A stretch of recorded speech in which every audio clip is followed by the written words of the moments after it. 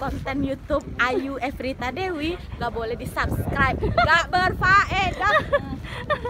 Jangan bunyikan loncengnya, jangan komen dan jangan nonton.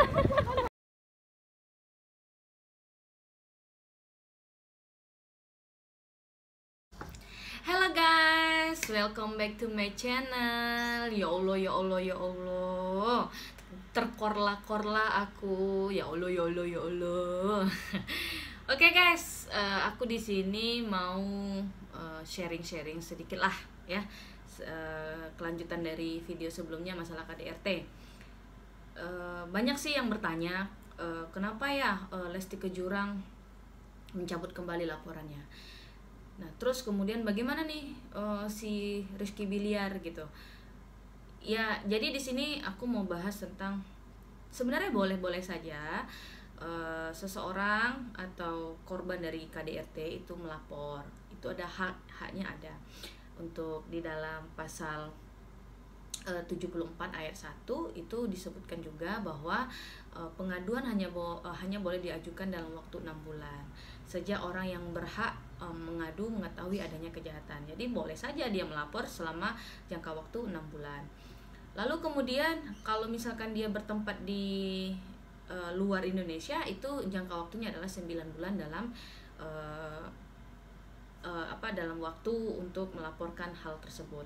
Nah, si Lesti kan sudah melapor, terus kemudian diproses, disidik, terus dilakukan pemanggilan, dan ternyata si Bilyar menjadi seorang tersangka gitu, yang tadinya statusnya dari saksi berubah menjadi tersangka.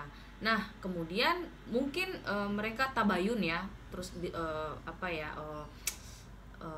sudah berkomunikasi mungkin, terus kemudian si Lesti akhirnya mendapatkan pencerahan, terus kemudian mendapatkan hidayah, akhirnya si Lesti mencabut kembali pengaduannya atau laporannya. Boleh-boleh saja. Di dalam pasal 75 itu di situ dikatakan orang yang mengajukan pengaduan berhak menarik kembali pengaduan tersebut dalam jangka waktu 3 bulan setelah pengajuan diadukan.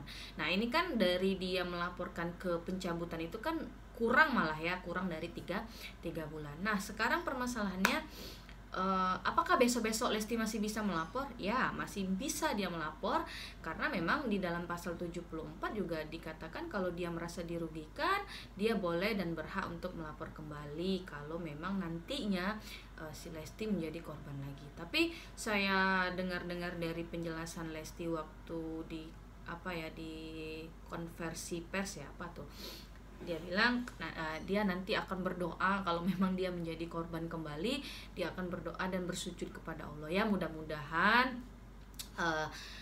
Lesti Kejurang dan juga Rizky Bilyar itu rumah tangganya adem ayem, dan kemudian tidak lagi ada perbuatan-perbuatan yang melanggar hukum kemudian harinya gitu. Karena memang untuk kekerasan dalam rumah tangga sendiri itu makin kesini kasusnya sangat makin meningkat ya. Faktor yang terjadi pun bukan hanya lagi faktor ekonomi yang biasanya dulu-dulu itu merupakan faktor utama. Nah, kalau sekarang itu enggak. Jadi hal-hal yang menurut mereka dapat memicu, memancing emosi, dengan mudahnya orang-orang tersebut melakukan kekerasan gitu. Ingat ya, segala sesuatu di Indonesia ini diatur oleh hukum gitu. Karena apa? Berdasarkan pasal 1 ayat 3 Undang-Undang Dasar 1945 mengatakan bahwa negara Indonesia adalah negara hukum. Jadi sebenarnya segala sesuatu yang berhubungan dengan perbuatan jahat maka ada aturannya. Nah, jadi kita flashback lagi, apa itu delik gitu, apa itu delik aduan gitu. Nah, jadi di dalam hukum pidana itu ada dua macam jenis delik yang sering terjadi. Ada delik biasa dan ada delik aduan. Nah, untuk kasusnya Lesti ini dia masuk kepada jenis delik aduan. Jenis delik aduan ini apa? Jenis delik yang kalau seseorang itu merasa dirugikan dengan akibat atau perbuatan jahat yang dilakukan terhadap dirinya. Nah, jadi KDRT ini termasuk apa? Termasuk delik aduan, karena kalau dilihat itu lingkupnya adalah privasi, adalah rumah tangga. Nah, jadi kalau misalkan dia melapor, dia itu akhirnya dia dilakukanlah kesepakatan ya. Kalau dalam hukum pidana itu sekarang ada nama restoratif justice. Nah, restoratif justice itu gunanya untuk mengedepankan musyawarah gitu, lebih mengedepankan musyawarah sebelum kasus tersebut naik ke atas atau naik ke penyidikan jaksa.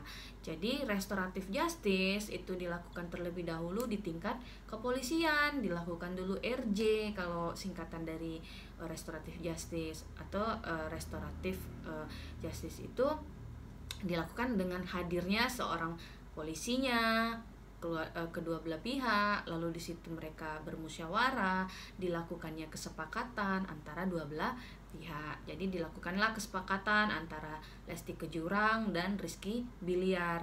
Kira-kira nanti nih ada nggak hitam di atas putihnya? Karena nanti hasil dari RJ itu sendiri kan ada ininya, ada berita acaranya, maka akan disebutkan kalau Rizky Biliar itu nanti nggak akan melakukan hal tersebut dengan janji-janji bla bla bla bla bla. Itu semua nanti akan disaksikan oleh beberapa orang saksi ya, termasuklah mungkin ada polisi juga di sana gitu. Nah, jadi delik aduan di sini memang diperuntukkan untuk orang-orang yang merasa dirugikan gitu. Nah, kalau menurut Lesti Kejurang kenapa dicabut ya, mungkin hilaf gitu ya. Tapi kalau hilaf sih saya rasa cuma sekali dua kali gitu ya. Enggak, hilaf itu sekali sih, jarang ada hilaf berkali-kali. Kalau berkali-kali itu sepertinya doyan atau hobi gitu ya, karena dilakukan secara berulang-ulang.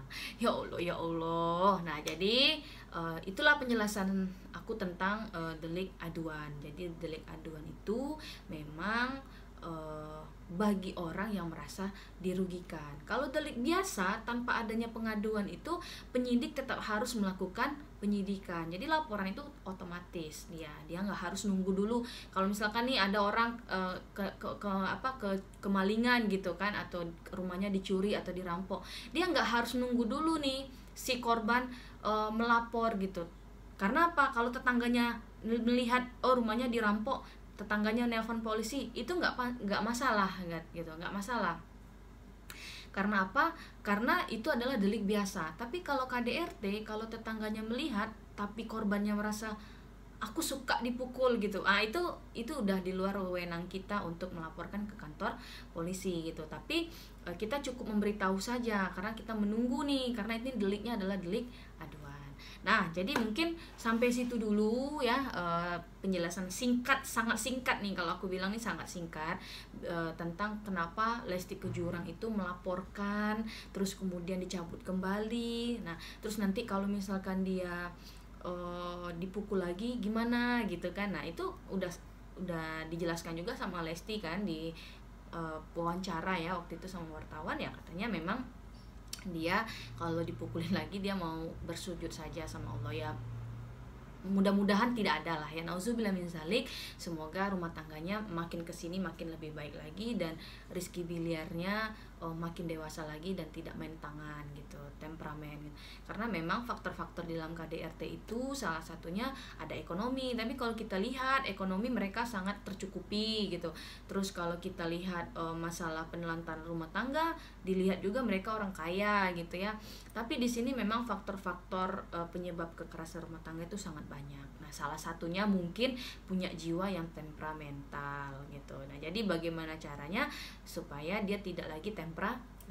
Nah, sampai sini dulu. Mungkin kalau memang ada pertanyaan silakan tanya di kolom komentar. Kalau misalkan suka dengan videonya silakan di-subscribe, di-share, di-like, di-komen. Semoga apa yang aku sampaikan bermanfaat. Nah, kalau gitu cukup di sini dulu. Dadah. Konten YouTube Ayu Efrita Dewi gak boleh di-subscribe, gak berfaedah. Jangan bunyikan loncengnya, jangan komen, dan jangan nonton.